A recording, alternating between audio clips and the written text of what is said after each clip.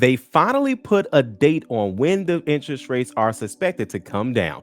Let me ask you this. Three rate cuts have been penciled in by the median for this year. Is that in line with your thinking? That was in line with my thinking this time for as you know, this. So it looks like the interest rates are looking to be coming down.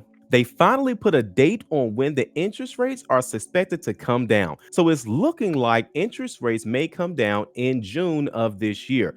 Not only that, but they also mentioned the chance that there's going to be three rate drops in total. So that means we're going to get one. It's looking like we may get one in June. Then there's going to be another two to follow. Okay. And the best thing about this is that this is going to affect most of every industry, but of course, the mortgage industry. All right. So we don't have to go too deep into detail about how interest rates work, but the short version is it's based on how the economy, they pretty much come up with a number on their own and they say, okay, you know what? Once we have inflation at this number, which of course is 2%, something that they just made up and said, hey, this is what makes sense to us. Then we're going to go ahead and then bring the rates where we think is best for the economy. Now, as we know, currently right now, the interest rates are a little bit higher than what they were when we were used to, 2020, 2021.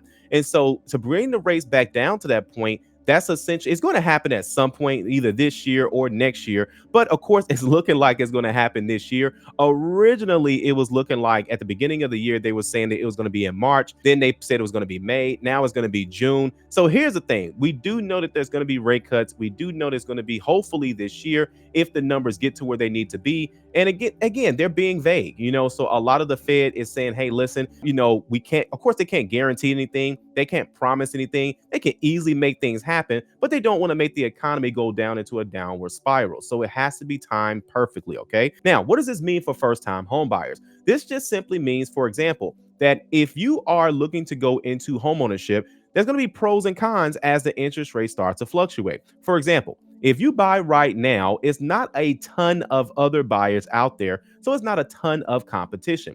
This is actually a good window to buy because when it's less competition, that means you can kind of get some of the deals that you want. In certain areas, there's pockets where it's not as much, not only competition, but it hasn't been, there's some sellers that haven't seen offers on the table in quite some time. So you still can get maybe some closing cost assistance, maybe a good price point. If a seller dropped their price 15, 20,000, you could easily go back up in price and ask for that difference in a closing cost assistance, as they're willing to, drop the price, obviously. So that gives you an idea of what type of savings you can get out there. Now, obviously, you have the con of getting whatever today's interest rate is. It's not the absolute best, especially if you know that the rates are going to be coming down soon. So we get that for sure. The only issue is that if you do that, then of course your worst case scenario is you now have to qualify for the refinance when the rates actually come down, unless you go with certain types of banks that's going to be looking out for that anyway. For example, like Navy Federal, they have, the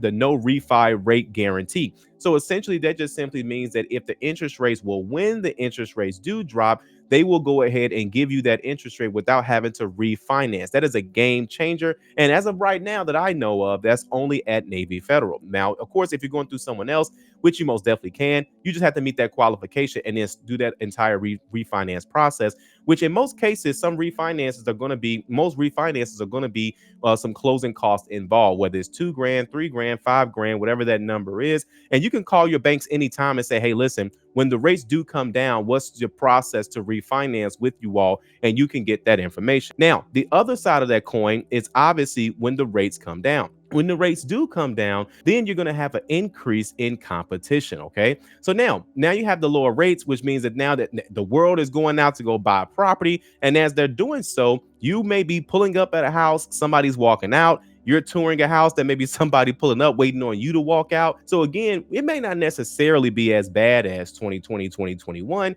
but at the same time, you want to understand that there's pros and cons to take advantage of, especially if you're in the market looking for a property. Okay. Interest rates are most definitely going to be coming down. We'll keep you all posted on when that ends up happening. But again, just know that right now is usually a better time. There's always a better time to buy when there's not as much competition. That's when you have the most leverage. Again, save money on the house now, wait for the rates to come. And so save money on the house now by getting a good price, good closing cost assistance from the seller if you can. And then, of course, close on the house. interest rates come down, go ahead and refinance. That's my suggestion. Hate to sound like a real estate agent, but don't get me wrong. Let's say you don't listen to me. You wait till the competition comes. Usually when there's competition, there's going to be, hey, your house is listed at 250. I'm offering 250. Now you have to offer 251, 252, 255. What if the house does not appraise? What if the seller wants you to pay out of pocket that difference because you said that you was going to do so inside the contract? So again, those are the types of things that's going to happen anyway for those buyers that end up waiting for more competition to come. Okay. So if you like this video, like it. If you want to share it, share it. And of course, be sure to subscribe as we have nothing but great content well on the way. And we'll see you all on the next video.